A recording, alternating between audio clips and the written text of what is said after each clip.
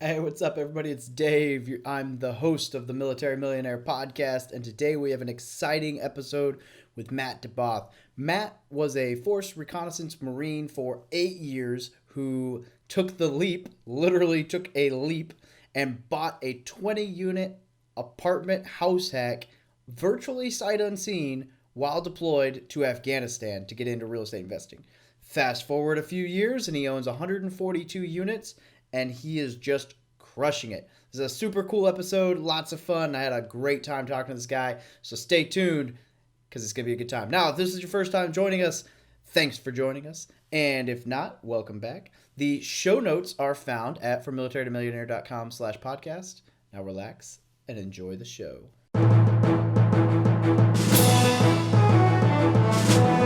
You're listening to the Military Millionaire Podcast, a show about real estate investing for the working class. Stay tuned as we explore ways to help you improve your finances, build wealth through real estate, and become a person that is worth knowing.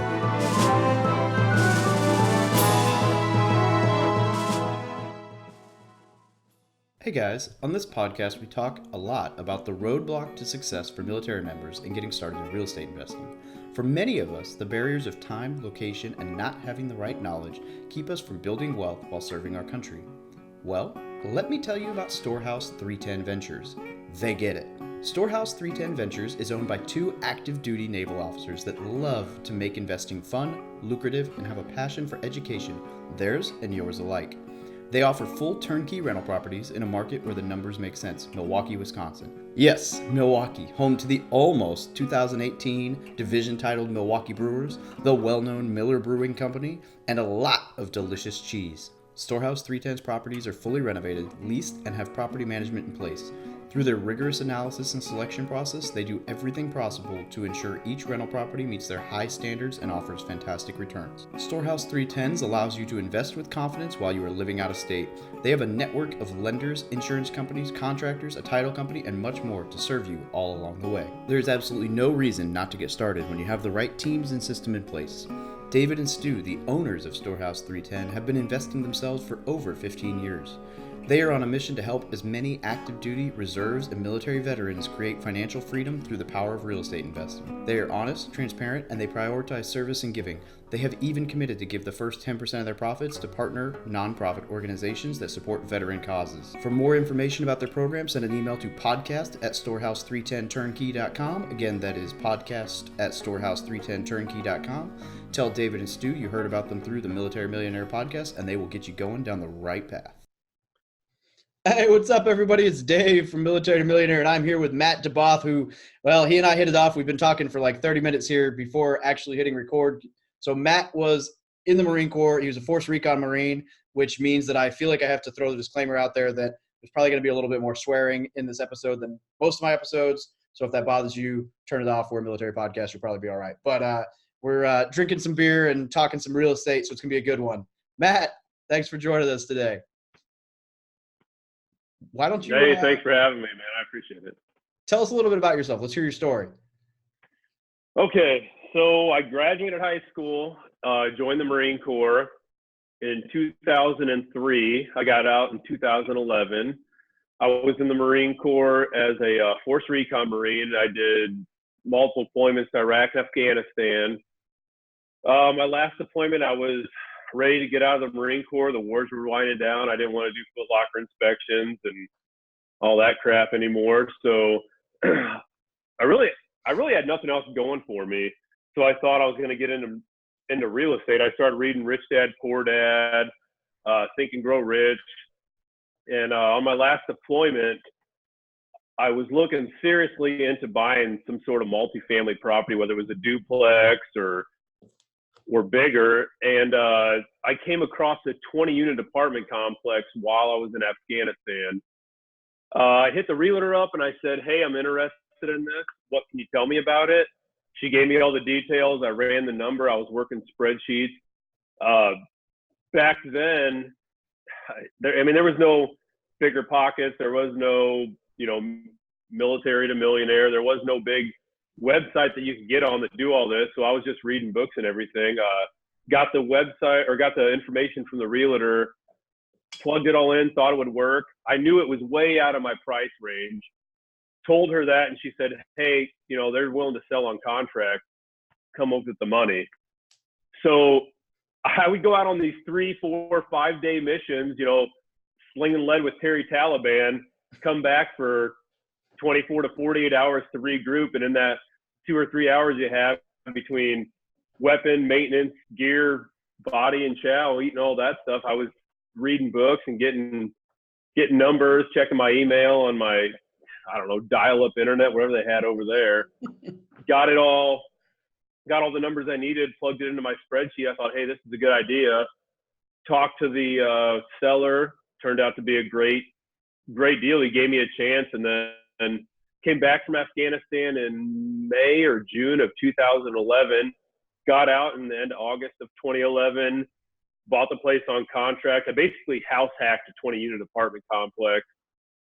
Lived there for a year and a half, and then I got set on fire. I just started buying houses left and right and flipping houses, doing everything I could to grow my portfolio. And I had that TSP, thrift savings plan in the Marine Corps. And, I was getting out, and I called them, and they said, you're only, I don't remember what it was. I think I was only going to get $9,000 after taxes. And I thought, I spent 8 years of my life in the Marine Corps, and I'm going to get $8,000 or $9,000. I think it was a little shy of $9,000 back. I took that money out. I paid the taxes on it, the penalty. I ended up buying a single family home, flipping it. I think I made about 3 times what my TSP account was. But after that, I was hooked. I mean, it was like crack. I was like, I'm never going to work for anybody. I spent 8 years in the Marine Corps getting told, how to stand, how to get my hair cut, where to go on my weekends. And I thought, I'm not ever doing this again. So I'm just going to buy real estate. And I've been buying much as I possibly can. Right now I'm at 142 units. Here in 2 days, I close on a 48 unit property. By the time this airs, I'll have already closed on it, and hopefully I've been flipping a couple of units and increasing the NOI. 190 by then. Man, that's killer. 142. Yeah, but you had the 48. You'll be at 190 here in a couple weeks. No, 142 with the. Oh, okay. Sorry. After it. Here I am. I'm gonna go and pump your episode up, and you're gonna be like, "That's not what I said." Still, that's awesome. I love the fact. In fact, okay, so it's funny. So you mentioned the 20 unit from Afghanistan, and you house hack. So I texted my wife last week and was like, "Yo, why are we not already out of the military?" She's like, "What do you mean?" I was like, "There's a 12 unit, and the 12th unit is a 3-bed, 2-bath with a 2-car garage, big enough for us to live in, that just came on the market that we want to go live in." I was like, it would be the perfect house hack because there's 11 other units that would pay everything. I was like, but between, all the other stuff we got going on, I was like, I don't have the capital to dump into it right now. And it doesn't really make sense unless we're able to live in it and whatever. I'm still looking at it. We haven't written an offer yet, but I'm running the numbers. But I was like, man, that'd be the perfect house hack. So it's kind of cool to hear that you did that with a 20 unit and really that you did it with a 20 unit with basically sight unseen when you started negotiating, which is just what a cool first deal. I was desperate. I had my goal set. I knew what I wanted to do. I didn't even have, the guy wanted $50,000 for a down payment. And I didn't have the 50 grand, but I was in Afghanistan. I wasn't I wasn't spending any money. I was saving my money. So I had a little bit of savings account. I took a cash advance out on my credit card. I borrowed money from Lending Club as a peer-to-peer lending. I ended up getting the whole down payment, paying him when I was on terminal leave. So I was still legally active duty, house hacked the thing, lived in it. And I mean, that's pretty much day one. I jumped and then built my parachute on the way down just to learn what I did. I love it. So how did that one work out? As far as deals, now that you've got some experience, how do you feel like that 20 unit worked out just going for it? Oh man. So I bought the place pretty much sight unseen. I don't know if I'd ever do it again. I think my terms were 12.5% interest only for 6 months. The guy gave me a break to get my foot in the door but I had to pay for it. So it was like poker. I had to pay to play.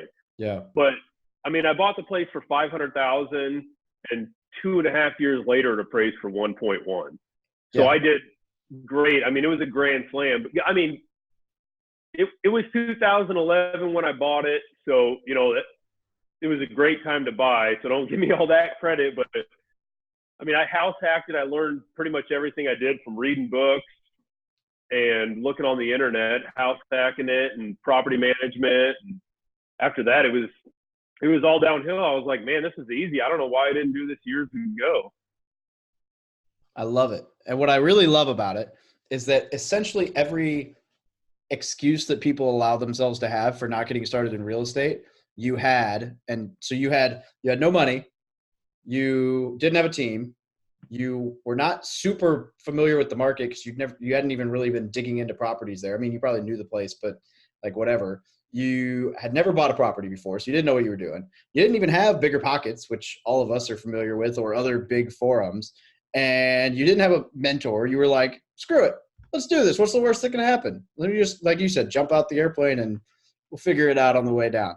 And I think that's crazy because so many people let little things stop them. And it's like, hey, you know, not to say don't go buy like something stupid, but if it makes sense, like just take the action and things will fall into place. Because whether that was your best deal or not, which, you know, I mean, a double in equity or a double a 200% increase in property value is quite solid. But even if that hadn't been the case, the stuff you would have learned from that would have just, I mean, you've got 142 units now, so it's clearly doing all right for you. Yeah, I was at a point where I was getting out of the Marine Corps, and I could either, there was a few different roads for me to go down. I was either going to go down I'm going to go to college, get a degree in something I don't know anything about, or B, I'm a Force Recon Marine with every school imaginable under my belt. So I'm going to go contracting for a few years and make 6 digits a year. Or C, I can take this leap of faith, and if it doesn't work out, the worst that can happen, I can fall on my face and be in debt and join the Marine Corps again, and then go back to Afghanistan and, you know, playing games with Terry Taliban. So it was a gamble, but I knew between reading and the numbers, because the numbers don't lie, I knew it was a calculated risk that I was willing to take, and I knew it was going to pan out the way I wanted it to. And I knew it was going to be not only help me get financially independent, but it was going to be a wealth generator for me to use to cross-collateralize to buy other real estate, which is what I do now, is basically cross-collateralize. I use the BRRRR method to buy apartment buildings. So, I mean, it's working great. I'm glad I took it. If I had to do it all again, I would. From day one, I would start all over again and just take that leap of faith, because the worst outcome was still wasn't that bad. I mean, go to college and everything and getting your GI Bill, that was one route to go. And I just looked at it and was like, yeah, I'm probably going to end up doing that. And I figured I'd start doing real estate, and that's where I'm at now. I love it. So, okay. So you said cross-collateralized, and I'm curious if you can explain that a little bit, because I have never heard that specific term, although I think I know what you're talking about. But all right. So cross-collateralization, do not tell Rod Cleese this, because he does not like it. Okay. So cross-collateralization is where you use one property to buy another property. So basically what I do now is I use the BRRRR method on apartment complexes. But instead of coming up with the 20% for a down payment and then the other amount of money for the capital expenditures, I just use what leverage I have in another property. So I buy an apartment that's valued at $1 million, but I'm only paying $500,000 for it. So I've got $500,000 worth of equity in it. I mean, that's a lot. I mean, you could use that as to go with a bank. That's $2.5 million worth of buying power right there. So I'm not putting any money down. I'm not putting any money into the deal. I just keep rolling the ball over and over and over again to buy these properties. And I mean, you got to be careful when you do it, but you know, you got to buy cash flowing assets. you have to buy in a stable market that you've researched, and you have to be careful not to over leverage. So those are the three things that people are getting scared of, especially in this market. That's what's going to kill them, is if they break one of those three rules. But basically what I'm doing is buying the apartment complex at pennies on the dollar, putting the money that I need to, that I'm borrowing from the bank, into the apartment complex, raising the rent, and then within 6 to 12 months, I can have it reappraised, have it refinanced, because usually I get it on an interest-only loan anyways, and then that apartment building stands on its own. So now it's not cross-collateralized with anything else. It's not tied to anything else. So worst case scenario, I have, just for number's sake, I have $1 million property right now. The market crashes, I lose 50% of it. It's worth $500,000. I still only owe $500,000 on that property. But the cash flow that I have coming from it is still paying that it's worth $1 million. So I'm still cash flow positive. I'm still in a good market, and I'm not going to sell any properties that I bought in the crappy market, because they're all long-term holds. I want to pay these off for 10, 20, 30 years, and maybe even pass it down to my kids. Yeah, I think that's really cool. And I like you talking about the cash flow piece if the market crashes, which is huge, because as long as, I try to tell people this all the time, like, yeah, sure, market might tank again. Yeah, got it. But as long as your property is paying for your mortgage, it becomes easy, not easy per se. It's still, you still got to have the mental discipline, but it becomes easier to just say, okay, well, that's great, but I'm still breaking, even if it's just breaking even, right? Even if you're only, even if you have to fork out a couple $100 a month, whatever. But most of this property is like, you're still cash flowing. So if you're still cash flowing, who cares what the value of the property is? Wait and sell it later. Yep. That's huge. So my biggest thing is, so I've got certain parameters that I look at when I buy apartment complexes. So usually the bank's looking for a 1.2 DSCR, a debt service coverage ratio. My very bare minimum is a 1.5, and that needs to be, I need to be able to bump rents day one. I need to be able to kick out who I need to kick out, so I can bump up rents or revitalize the property or stabilize it. But that is my minimum. And, you always got people that are saying, oh, don't buy because the market's overinflated, or, it's just a bad time to buy. If I buy $1 million property and the next day it's only worth $4, I don't care, because when I bought it, it's still cash flowing great. It's paying my $1 million or my $500,000 mortgage, because I bought it at 50% value. It's still putting money in my pocket. It's paying my, all my bills. It's paying my vendors. So I don't have a problem with that. I'll sell my properties when I want to sell, not when I need to sell. So that $1 million property I bought at $500,000, I'm not going to sell it when it's at $600,000, $700,000, $800,000. I'm going to hold it for 10, 15, 20 years. I'm going to sell it when it's worth $3, $4, $5 million. So that's where I need to play the game. Is it's like a teeter-totter. I need to balance cash flow with appreciation. I'm not only buying on appreciation. I'm buying mostly on cash flow, but I've got the appreciation in my back pocket that I'm also banking on in, 10, 15, 20 years. Yeah. That's true. So I'm going to ask if you would not mind if you give a brief explanation of the debt service coverage ratio, because I don't believe that's come up in a podcast yet. And I'm sure that there are some of my listeners who have no idea what that big thing means. All right. So debt service coverage ratio is basically, it is where your NOI can cover your mortgage. So if your NOI is $100,000 a year and your mortgage with principal and interest is $100,000 a year, your DSCR would be 1.0. Perfect. So I'm looking at a point where my DSCR is, my mortgage is only $100,000 a year, but my NOI is at least 1.5. And after that, I'm extremely conservative. So I'm taking in, anywhere between 5 to 8% property management. I'm taking in 5 to 10% of vacancy and 5 to 10% of maintenance. So my my numbers are a lot more conservative than what some realtor is going to give me. So if some realtor or broker is going to give me their pro forma, I'm going to take that thing and I'm going to beat the shit out of it. I'm going to make it fit my parameters. I'm going to plug it into my numbers.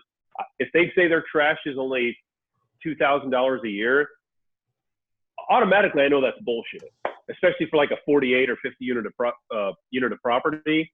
Because I know right off the bat it's going to be at least $300, maybe even $400 a month in my market.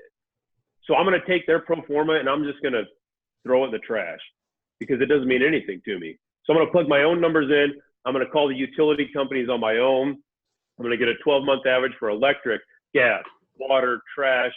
I'm going to get the property taxes. I'm going to make up my own property tax escrow, what I think it's going to be after I purchase it for X amount of dollars. I'm going to plug that into my formula, and I'm going to see, hey, day one, I'm going to be making this. The end of year one, I'm going to be making this. Two, I'm going to be making this, and so on and so forth. I love it. And I love the fact that you mentioned, so obviously with pro formas, there's always so much crap on there that you got to get rid of. But I mean, even just as simple as calling utilities, for example, I bought a 10 unit and it had 10 individual trash cans that the landlord paid for. And so the day I closed on the property, I called the company and said, okay, it's time. And they pulled all 10 individual cans through one dumpster, and my utility or my trash payment went from like $300 a month to like $160. And I'm like, great. You know, is $140 a huge win? No, but that just jumped the value of the property by $5,000 in like one move. Yep. And so it's just little things like that if you find a mom and pop owner that you can buy from and they didn't know or weren't doing, and you can just squeeze little bits of chunks of change out here and there with little things. It's amazing what you can do to a property's value very quickly. Yeah, it's people don't realize it, but $100 here and $100 there. I mean, that adds up, and you add that to the NOI. I mean, it can literally increase a property value by hundreds of thousands of dollars if you do it right. Yeah, that's huge. And a perfect example, I just bought a 15-unit building about a month ago, and I was, this goes back to the Jocko Willink part where extreme ownership. I should have taken the initiative to done the due diligence, but I looked over the contract for the laundry service and it was expired.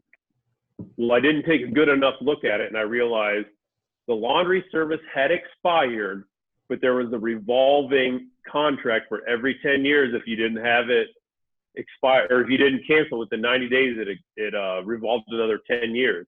So right now I am actually going toe to toe with the laundry service because they're not holding up their part of the contract, but yet, they're wanting me to pay, I think it was $8,800 to get out of my contract. But I've got 4 machines there, and there's probably 50% of them aren't working. So, do your due diligence. Don't listen to your realtor. I mean, I've got a lot of realtor friends, a lot of broker friends. That pro forma worksheet they give you is 99% just bullshit. Do your due diligence, read over everything. Don't skip everything, because eventually that's going to burn you. And if it hasn't burned you yet, I promise you in the future, eventually it is going to hurt. It's going to hurt bad. Yeah. Yeah. At the end of the day, it's like being in the military, right? Nobody cares about your career more than you do. No one cares about your purchase more than you do. And you best believe that whoever's selling that property, if given the opportunity to make a little bit of extra money, is going to make a little extra money. If that means they have to, I forgot a couple expenses. Oops. Yeah, I've seen so many different pro formas that didn't have things listed on. I just looked over a pro forma the other day. They didn't even have a vacancy rate in it. They were selling it at a 7 cap. They didn't have a vacancy rate in it. They didn't have a property management percentage in it. They didn't even have a repair in the estimate. So what they put into it, they basically put gross rent minus taxes, insurance, and utilities, and that was it. And they were selling it on a 7 cap. And I went back to the broker and I said, I mean, this is at a sub 3, high 2 cap rate. I said, this isn't even worth me getting out of bed. Like, don't bother me with this crap. Yeah, I mean, that's, oh man, and the market right now, like in Missouri, there's people asking, I'm in Southwest Missouri, which is a great area, but it's not a high cap area. And I see properties coming up that are listed at 5 caps and 6 caps as B and C class properties. And I'm looking at it and I'm like, dude, nobody pays that kind of a cap rate in this town. What are you asking? But then you start negotiating with the guys and they're not budging. And I realize that there is, even though it's a smaller market, there's big money everywhere, right? So there's a couple guys who are just eating the town alive right now, and they are paying way more than anything's worth because they're just trying to gain units or whatever. And it's crazy to watch. Like one of them's like I don't know for sure, but from what I have been told, it's a corporation that Bass Pro, basically, like, the guys in charge of Bass Pro Shops have basically said, we're going to buy more of this town, because as we're building out the Bass Pro headquarters, the value of the area around us is going to go up. So we want to own everything when that happens. And so they're paying more than stuff's worth because they're going to eventually make it worth that, and they're going to reap the benefits. And it's just nuts. You see some of this stuff and you're like, man, how do you not get suckered into that? Because some of these guys, it's like, there's no way your property's worth that. But if there's nothing for sale, I don't know. It's funny to watch the market right now, as it's getting kind of crazy on the multifamily level. Yeah, I feel like it's overinflated, but to go on a different tangent, that's where it's at, is where you're getting the off-market deals. You're doing your direct market mailing, you're doing your broker connections, you're doing your meetups. I mean, in my market, you do a meetup once a month. Yeah, it's not a big deal, but you meet a couple brokers or wholesalers. I mean, they can bring you stuff that's not listed on the MLS or LoopNet. I mean, you spend $20 at the bar buying a guy a couple of drinks, and he can bring you a deal that can literally make you hundreds of thousands of dollars. Exactly. I mean, that's where it's at, is the networking. Whether you don't have to be a social media king like Grant Cardone. You don't have to post every workout, every meal, every car ride on Instagram.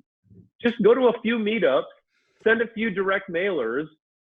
I mean, just network. Be a nice guy. That's all you got to do, is be a nice guy and talk to people, network, and just say, hey, this is what I'm doing. I want to see family properties, 36 units or more.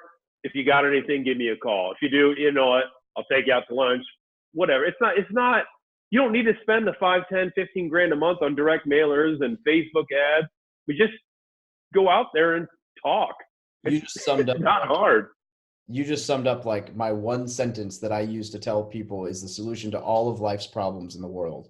And that is, just be a good person, right? Like we see all this crazy, and we're not going to go off on this rabbit trail, but you see all this crazy crap all over the news and people are losing their mind about everything. And I'm like, hey, if you and everyone else just tried to be a good person and you stopped caring what anyone else said or what anyone else did, and you just tried to be a decent damn person, like, holy shit, imagine what would happen in the world. And I was talking about that today at work. I was like, someone was griping about, well, he did what? And I was like, well, what did you do? Like, well, I didn't ask. I don't care. Just be a good person. Like, I don't care if he was an asshole to you. Like, Exactly. The key to networking is just genuinely being a good person. And holy crap. And the thing is there's so many network events that you can take part in. I mean, there's like the Bigger Pockets conference. There's Rod Cleese event. Just get on the Meetup app and you can find meetups, real estate meetups in your area or within at least an hour drive. I live in Nowhere, Iowa, and there are 2 meetups around me that I go to every month. And every time I go, I always meet somebody new that's either, they don't even have to be a broker and bring me deals. They can be a contractor. They can be an insurance agent. They can be somebody that can benefit me. And I'm not always looking to gain. I'm always looking to give too. So I'm always helping people on other things. So it's not hard. Just go out there, find the meetups, introduce yourself, and just provide value to other people, and it will come back to you tenfold. It's like Tony Robbins said, it'll come back to you no matter what. And if you can't find a meetup, start one. That's what I did in Hawaii, and it worked. Exactly. That's what I've done out here already. So, but all right. So I always like to ask a couple questions, and we're going to dig into some of those real quick. And the first one I like to ask is, if a young E1, E2 was to walk up to you asking for advice, you only had a few minutes to give them, what would you tell them?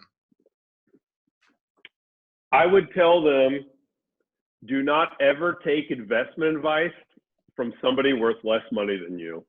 Ooh. I know it sounds egotistical and it sounds big-headed, but if somebody who doesn't even have a savings account is telling you what to do with your money and telling you don't buy a house, don't invest in the stock market, it is overinflated, don't listen to them. Because you've got E7s and E8s living in the barracks on their second and third divorce who just refinanced their 99 Corolla at 50% interest. But they're out there telling E1s and E2s, don't buy a house because it's a bad time. The interest rates are too high. I mean, that guy doesn't know what he's talking about. So don't listen to those type of people out there. Save your money. Don't buy the Mustang at 24% interest at Oorah Motors outside the front gate. Save your money. Invest that. Read everything you possibly can because it will eventually help you. It's worth more than a college education. One of my biggest assets in my house is my book collection, whether it's on my bookshelf or on my phone on Audible. That is where that is my college education. People will spend $50,000 to $100,000 going to a school that they hate, learning something that's probably not going to get them anywhere, when all they got to do is get a goddamn library card and they can do the same thing. But those E1s and E2s are out there and they're listening to their E7s, E8s, and E9s, not buying a house, living in the barracks because that's what they were told to do. I mean, to me, that's the same as an E1 or E2 marrying a stripper than deploying to Iraq and go for power of attorney over their financial life. I mean, it's the same thing. I mean, you're giving somebody the free reins to your life on that side, but why are you listening to somebody who's living in the BEQ barracks? I mean, I don't know. It's just common sense. Like, don't listen to those people. And I'm not saying don't listen to people who are not worth money, because there's a lot of people out there that are. But you know, if the guy's out there and he doesn't have two nickels to rub together, and he's telling you don't buy a house, fuck him. Don't listen to him. I agree. Yeah, you wouldn't take advice on sprinting from, the guy who's never been off his couch. Exactly. Awesome. I love it.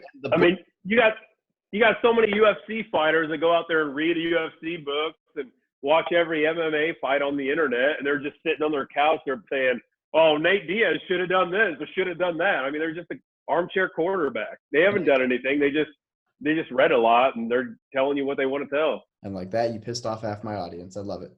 They're all every Marine who ever did McMap that's listening to this, you'll know that I earned my. McMap will give you about enough training to get your ass whipped in a bar. I earned my black belt so I could be promotable, and then I discarded it. And some of the guys listening to this are like, well, I'm a triple red tab badass. And I'm like, that's great. But you know what the worst part about McNapp is? Trying to remember the names of all our stupid techniques. Because instead of saying, they're doing, punch, it's like counter to the rear hand, left side, open stance, punch with the closed fist. And you're like, why couldn't I just say punch? Like, they're the same guys out there doing grippers behind the E Club trying to piss off some officer's wife. So. Oh man! All right. Okay, so what is one resource, book, course, or website that you would recommend to anybody getting started in real estate? Oh shit! So the cliche thing is obviously Rich Dad Poor Dad. Behind my head. I mean, you got the purple book to put it up and show everybody because sitting right. That's probably number one. Shelf. Yep. So Rich Dad Poor Dad is the number one book. I don't know how many times I've given that thing out. Yep. But I would say the other real estate book after that is, it's not really real estate related, but The Next Door Millionaire. I mean, it just tells you how to live your life. Don't be flashy. Live like a normal person and just stash away that cash. I love that book. That's a good one. That's a very good one. And I'll link, for those of you listening, I'll link that in the show notes. All right. Let's see. So before we wrap this up, is there anything you'd like to add? Any parting advice or big ideas? Go out there and learn. Never stop learning. They always say a good pilot never stops learning. Constantly go out there, and there's so much free information out there. Join a mastermind if you can.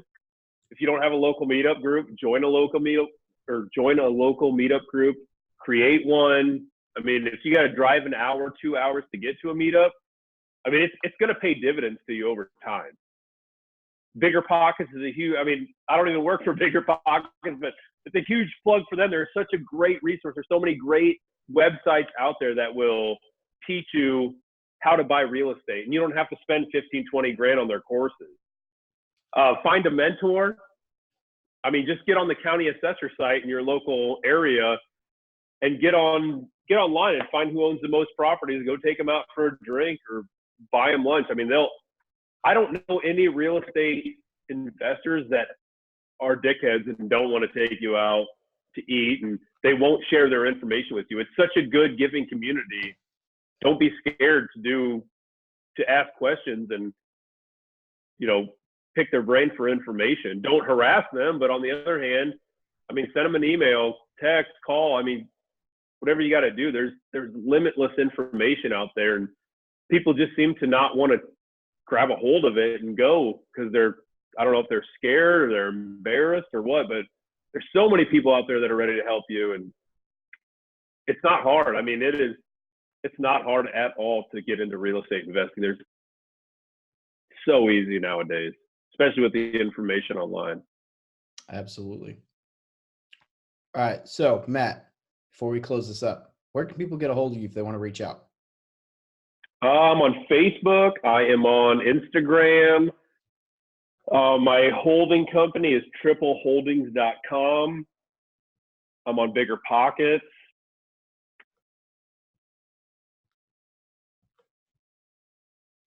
All right. Easy day. I'll link to all those as well in the show notes so that people can reach out.